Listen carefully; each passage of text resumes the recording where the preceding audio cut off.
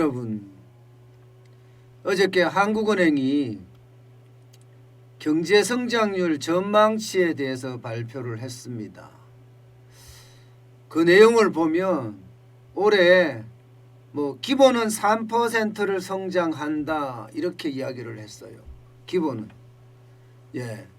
그리고 2022년이죠. 내년에는 2.5% 성장한다 이렇게 이야기를 했습니다.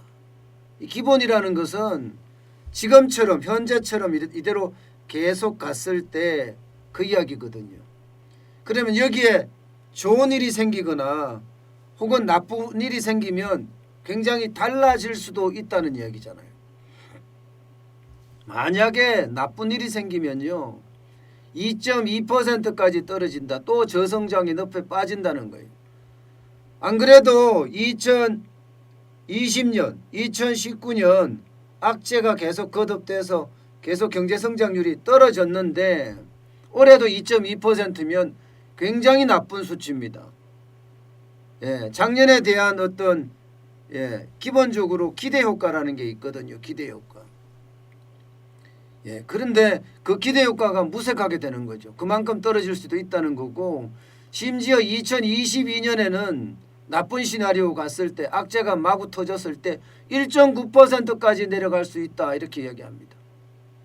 반면에 이 악재를 4대 악재라고 이야기를 하는데 이 4대 악재를 막았을 때는요 3.8%라는 어마어마한 성장을 가져올 수도 있다 이런 예측까지 했습니다.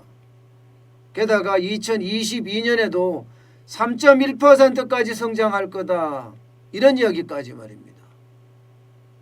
그러면 이제 4대 악재가 뭔지를 봐야죠. 이 4대 악재는요 어떻게 생각하면 우리 경제를 좌지우지 쥐락펴락할 수 있는 가장 큰 요소라고 이야기할 수 있습니다. 제일 첫 번째 악재는요 바로 이겁니다. 코로나19 도대체 어떻게 방어할 거냐예요. 이거 어떻게 방어할 거냐. 코로나19가 지금 현재 300명, 400명 하루에 신규 확진자가 나타나고 있고요.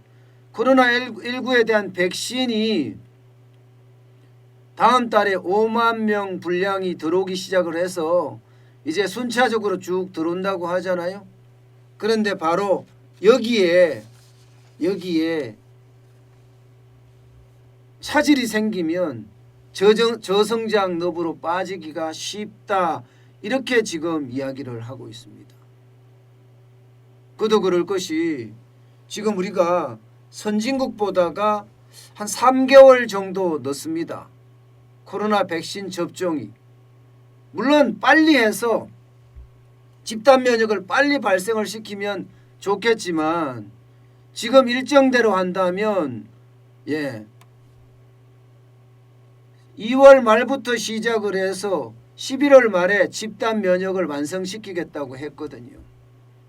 만약 이게 차질이 있을 경우에는 아마 비관 시나리오로 간다. 2%대 성장세로 갈 수밖에 없다. 이런 얘기가 됩니다. 지금 현재 백신 확보 현황은요. 5,600만 명분의 백신을 확보해놨다고 정부는 이야기를 하고 있고요. 여기에다가 추가적으로 2천만 명분의 추가 백신 확보도 해놨다고 이렇게 이야기를 하고 있습니다. 문제는 이게 적기에 들어와서 지금 정부가 이야기한 대로 들어와서 많은 사람들에게 차질 없이 접종이 돼야 되는데 그렇지 못하면 굉장히 어려운 국면으로 갈 수가 있다 이런 얘기를 하고 있습니다. 만약에 이게 만약에 차질이 생길 경우에는요 기본적으로 서비스 업종들 지금보다 더 심각한 타격을 받을 수도 있다 이렇게 이야기를 하고 있고요. 이 서비스 업종이라는 게 항공이라든가 관광이라든가 또 우리 자영업자라든가 이런 데가 대면 서비스 업종인데 여기 때문에 완전히 저성장의 늪으로 빠질 가능성이 있다 이런 이야기를 하는 거죠. 그리고 두 번째는요.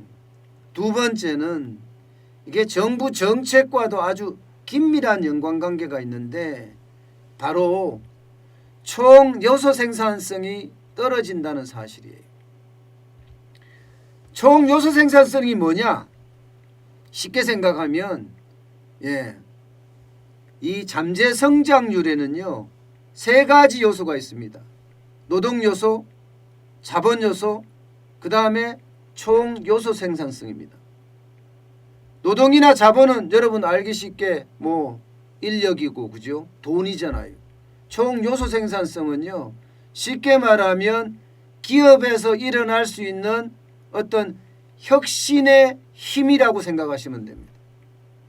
기업에서 일어날 수 있는 혁신의 힘 뭐냐? 최고 경영자의 의지, 기업가 정신 이런 것도 되고요. 기술 개발 이런 것도 되고요. 협력적 노사관계 이런 것도 됩니다. 여기에 또 경영혁신 이런 것도 되고요. 또 노동 생산성 이런 것도 여기에 포함이 됩니다. 그런데 지금 현재로 봤을 때 한국은행이 현재로 봤을 때 대한민국의 추세 성장률은 지금 2%대로 하락했다는 겁니다. 성장을 가장 많이 시켜주는 게 노동이나 자본이나 이것도 중요하지만 기업의 어떤 총 요소 생산성 이것도 굉장히 중요하거든요. 그런데 이게 지금 계속해서 떨어진다고 이야기하니까 최악이다 이렇게까지 이야기할 수 있죠. 그러니까 추세 성장률이 떨어진다는 겁니다. 80년대에는 기업가들이 으쌰으쌰 하는 마음에 7.5%까지 성장할 수 있었지만 90년대는 5.5% 이게 2000년대는 3.7%까지 떨어지더니 지금 2010년대 들어와서는 2%대로 완전히 추락을 했습니다. 그렇기 때문에 기업의 길을 살리지 않고는 지금 경제가 제대로 길을 갈 수 있겠느냐 하는 이야기를 한국은행은 지금 경고하고 있는 겁니다. 그렇다면 지금까지 정부가 추진하는 정책의 대전환 반드시 필요하다는 이야기를 여기서 하고 있는 겁니다. 제가 말씀을 드렸죠. 아무리 경제가 좋아진다 작년에 워낙 나빴기 때문에 올해 기저효과가 있을 것이다 이렇게 이야기를 하지만 코로나19에 대한 기저효과는 우리가 누릴 수가 있습니다. 그런데 정책 실패에 대한 기저효과는 전혀 못 누리고 오히려 그게 발목을 잡을 수도 있다는 겁니다. 우리가 2019년 봤잖아요. 2019년 내내 수출이 마이너스였습니다. 정부는 미중 무역 충돌 때문에 그런 문제가 발생했다고 하지만 그거보다도요 기업가의 의지를 너무 꺾었기 때문이에요. 게다가 기업의 비용이 너무 상승했기 때문이에요. 그만큼 순이익률이 줄어들었어요. 영업이익이 줄어들고 말입니다. 그래서 기업가들이 완전히 패닉 상태에 빠져 있기 때문에 그런데요. 여기에다가 올해는 지금 기업 질식법이라고 해서 기업을 옥죄는 법안들이 한두 개가 아니잖아요. 심지어 중대재해기업처벌법은요. 이제는 기업에서 사망사고가 나면 무조건 회사 측의 잘못이 있을 경우 1년 이상의 징역을 살아야 됩니다. 바로 이게 기업가들에게는 기업가 정신을 망가뜨리고 결국 기업가 정신이 망가뜨리니까 아이고 나 모르겠다. 코리아 엑스도스 한국 탈출이 일어나고 있고 그런 문제들이 결국은 성장률을 더 떨어뜨릴 거다. 안 그래도 추세 성장률이 2%대로 낮아졌는데 이게 자칫 잘못하면 더 낮아질 수도 있다. 이런 얘기까지 꺼내는 거죠. 그래도 올해는 작년에 워낙 떨어진 기저효과가 있기 때문에 2%는 가지만 내년에는 더 떨어질 수 있다는 암울한 전망까지 한국은행은 지금 내놓고 있는 겁니다. 그만큼 충격이 커진다 이렇게 이야기할 수 있습니다. 그리고 세 번째는요. 단연 가계부채입니다. 단연 가계부채. 가계부채에 대한 이야기는요. 지금 어느 누구든지 지금 다 꺼내고 있습니다. 이거 이대로 가면 그야말로 한국 경제에 폭탄된다. 이게 언제 터질지 또 어느 순간 터질지 아무도 모른다는 거예요. 분명한 것은 한국 경제의 시한폭탄은 가계부채다 이렇게 이야기합니다. 2020년 작년만 하더라도 100조가 넘게 늘어났으니 지금 위험하다고 말을 할 수밖에 없습니다. 자영업자 부채까지 다 합쳤을 때 한국은행은 가계부채가 2,000조라는 거예요. 2,000조. 1940조. 1940조가 넘는다는 겁니다. 1940조면 여러분 우리나라 국민이 총 1년 동안 생산하는 금액이 1918조예요. 1918조. 그럼 가계부채가 우리나라 전체 국민이 생산하는 총 생산 금액보다가 지금 많다는 이야기잖아요. 이렇게 되면요. 가계가 돈을 못 써요. 가계가 돈을 못 쓰고 오히려 디폴트, 채무 불이행을 선언할 수도 있습니다. 그러면 가계가 파산이 일어나잖아요. 가계 파산은 금융권 부실로 이어집니다. 금융권 부실은 기업 자금줄에 대한 단절로 이어집니다. 그렇게 되면 최악의 경제 한파가 몰려올 수 있다. 이런 이야기를 한국은행은 대놓고 경고하는 거예요. 대놓고 경고하는 거. 그만큼 가계부채는요. 대한민국 경제에 아주 큰 아킬레스건이에요. 지금도 계속 가계부채가 늘어나고 있다는 게 문제잖아요. 가계부채는요. 대출을 안 해줄 수도 없어요. 대출을 안 해주면요. 진짜 어려운 계층들, 대출로 버티는 사람들 자칫 잘못하면 사지로 몰 수 있기 때문이에요. 그렇다고 지금 고소득자들, 부자들의 대출을 지금 줄이고 있는데 이거는 오히려 어떻게 따지면 부채, 부실을 더 심각하게 만든다 이렇게 이야기합니다. 결국 여기에 대한 대안은 하나밖에 없습니다. 경기를 회복시키는 거. 경기를 회복시켜서 가계의 근로소득도 늘려주고요. 사업소득도 늘려주는 그 방법 외엔 다른 방법이 없다. 이런 이야기까지 하고 있습니다. 그만큼 한국은행은 가계부채에 대한 경고도 아주 섬뜩하게 하고 있다. 이렇게 볼 수 있습니다. 마지막 네 번째는 여러분. 마지막 네 번째는 바로 프로파간다예요. 포퓰리즘입니다. 포퓰리즘. 이거는요. 정진욱 차기 한국경제학회 회장도 여기에 대한 위험성을 경고했습니다. 올해 그리고 내년에 대한민국은 이 포퓰리즘 때문에 나라가 경제가 굉장히 어려워질 수도 있다는 이런 이야기를 해요. 자칫 잘못하면 이 포퓰리즘이 결국은 경제를 망가뜨린다. 이렇게까지 이야기합니다. 우리 경제의 최대 리스크는 바로 포퓰리즘이다.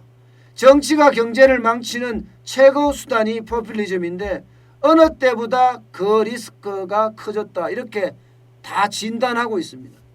제가 여러분에게도 말씀을 드렸잖아요. 올 4월에 보궐선거, 서울시장 선거, 부산시장 선거 이걸 앞두고 지금 돈을 얼마나 뿌리고 있습니까? 거기에 또 자영업자를 이용하고 있잖아요. 뭐 100조를 뿌린다는 둥, 125조를 뿌린다는 둥 난리를 치고 있습니다.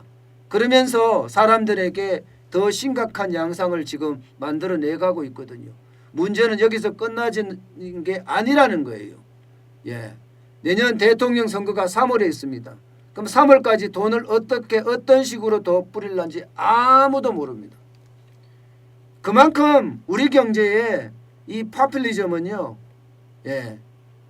쥐락펴락 우리 경제에 굉장히 위험 악재다 이렇게 이야기할 수 있습니다. 위험 악재다. 아마 이 빅 이벤트를 앞두고 굉장히 퍼주기들 많이 할 거고요. 또한 이익 공유제라고 들고 나오면서 기업이 지금까지 낸 이익들 뺏어서 지금 주겠다는 거예요. 전부 다 서민들. 돈 주는 거 누구든 마다하지 않습니다. 여러분. 그렇지만 포퓰리즘 때문에 우리 기업이 우리 경제가 무너진다는 거 생각하면 심각해지는 거죠. 이처럼 한국은행은 네 가지 악재를 섬뜩한 경고라고 지금 이야기하고 있습니다. 우리 윤숙경 님이 이야기하듯이 외환위기보다 더 힘들고 사는 게 팍팍하다 이렇게 이야기하는 것도 충분히 일리가 있습니다. 햇님과 민들레 님이 포퓰리즘 절대 안 돼. 지금 이렇게 이야기하지만 과연 정치가들이 그렇게 할까요? 정치가들의 목적은 딱 하나입니다. 권력을 잡는 거예요. 권력을 어떻게 하든 잡아야 되기 때문에 지금 정치가들은 어떤 식이든 나라 부채가 어떻게 되든 상관없습니다. 돈부터 뿌리고 볼 일입니다. 그만큼 지금 퍼주기에 대한 유혹이 굉장히 커지고 있고 서울시장 선거에서 만약에 지면 아마 여당 입장에서는 굉장히 어려운 거라고 저는 생각을 해요. 그러면 대선도 굉장히 위험해지는 겁니다. 그만큼 여러분 대선까지 가장 어려운 게 바로 이 4대 악재가 아닐까 이렇게 이야기합니다. 네, 오상혁님은 4대 악재 중 지금 정부가 제일 잘하는 것은 포퓰리즘이다. 그렇게 이야기하네요. 실제로 그렇습니다. 포퓰리즘을 지금 제일 잘한다 이렇게 봐야 됩니다.